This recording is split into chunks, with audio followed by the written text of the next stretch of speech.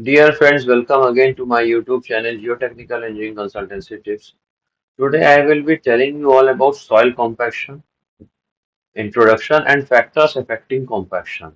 Here our image is being shown to you for a soil mass comprising of soil particles, voids filled with water and voids filled with air, and after due compaction has been done, how the voids have been removed. That is a picture of before compaction and after compaction. Now, introduction. There are many site situations in civil engineering practice when the soil itself is used as a construction material, like in highway embankments, earth dams, approach roads near bridge sites, railway tracks, etc., and many more such civil engineering site situations where either loose fills or nearby available borrowed earth materials are required to be compacted to increase the soil density and improve their strength characteristics in turn. Sometimes even an existing soil deposit need be improved to enhance its engineering performance. So what is compaction? Compaction is the most common and important method of soil improvement which can very easily be implemented at any site. The densification of soil by the application of any means of mechanical energy is known as compaction.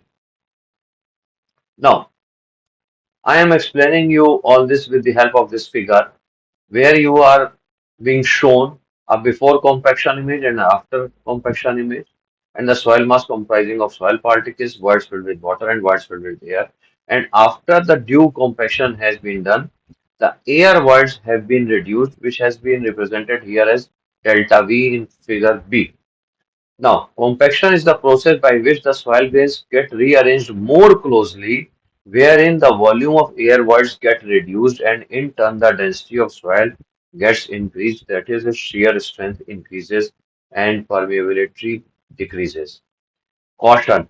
However, compaction should not at all be confused with consolidation, a soil phenomena in which a volume reduction takes place due to expulsion of pore water from voids. Now, compaction generally results in an increase in shear strength of the soil and helps improve the stability and bearing capacity of the soil. It also reduces the compressibility and permeability of the soil.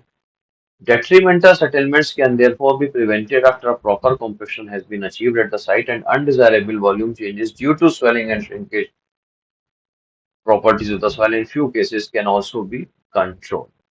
Different kind of rollers are used in field for compaction, which may be pneumatic roller, tire rollers, heavy rollers, vibratory rollers, etc., and so on and so on. Vibratory rollers, however, are usually used in densification of granular soils. However, vibro-flotation technique is extensively used for compacting in situ granular soil deposits to a considerable depth below ground. The degree of compaction of a soil is measured as dry unit weight, that is the amount of soil solids that can be packed in a given unit volume of the soil mass.